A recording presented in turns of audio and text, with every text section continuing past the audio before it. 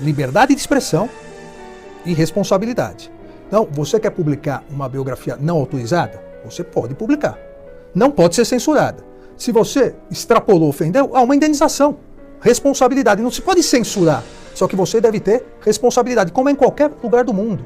Não há país, e eu não sou americanófilo, mas em relação às liberdades públicas, a fortaleza das instituições, os Estados Unidos realmente nos dão um exemplo. Não há país onde a liberdade de expressão seja tão ampla quanto nos Estados Unidos. Lá, inclusive, diferentemente da Europa continental, do Brasil, até o discurso de ódio é permitido. Partidos neonazistas, publicações, onde há uma restrição de discurso de ódio na Europa, no Brasil. Mas se alguém publica o que quer, fala o que quer, edita o que quer, só que quando errou, quando ofendeu dolosamente alguém, acaba sendo condenado a indenizações milionárias. Não se censura, mas se responsabiliza. Isso a Constituição autoriza. O que a Constituição não autoriza é previamente você impedir o acesso ao público, como foi nesse caso em que o juiz de execuções tinha proibido a publicação do livro, porque teria alguns dados da execução, ou seja, ele censurou previamente. O que o Brasil veda é a censura prévia. Censurou previamente. Agora está autorizado. Parece até que foi lançado, não sei. E geralmente censura prévia é a maior publicidade que existe. Porque às vezes um livro, um filme, um artigo passariam despercebido, com a censura ganha uma publicidade gratuita gigantesca. Agora, se se comprovar que para ter aquelas informações o autor do livro praticou algum ilícito, ele vai ser responsabilizado pelo ilícito. Você não censura a obra, você responsabiliza o ilícito. E nesse aspecto, me parece que o Supremo Tribunal Federal, desde 88 para agora e em recentes decisões, tem sido muito firme em proibir qualquer censura prévia. Vem sendo muito firme em garantir a liberdade de expressão.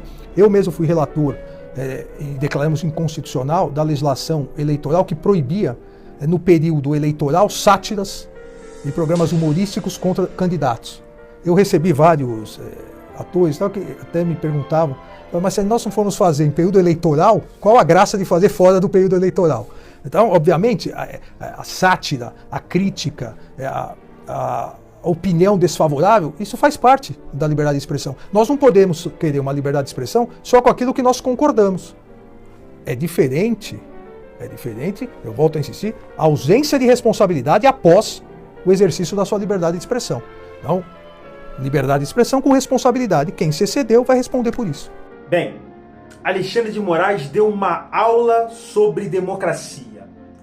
Pena que ele não segue. Ele só segue quando é para os seus interesses próprios.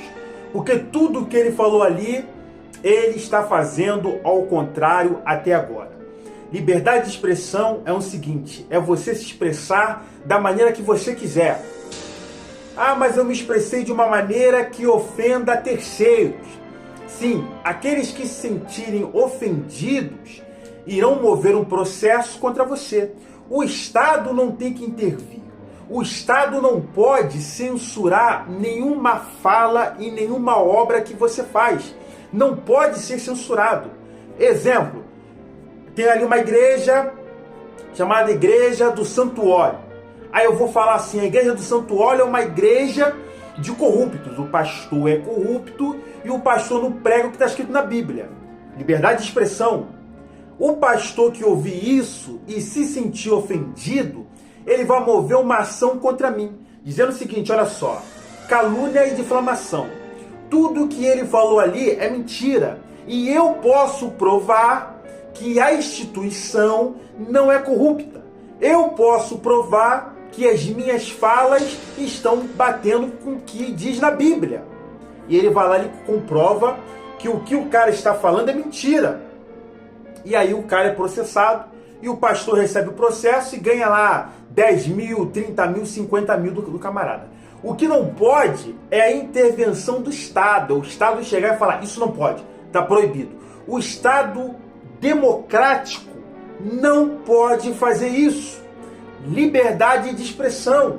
Ah, mas você disse uma coisa que me ofendeu. Você vai buscar na justiça o respaldo por isso. Você vai provar que realmente eu estava falando de você e que eu te ofendi. E eu vou provar que eu tenho base científica para o que eu disse. E ponto, é assim como é que funciona.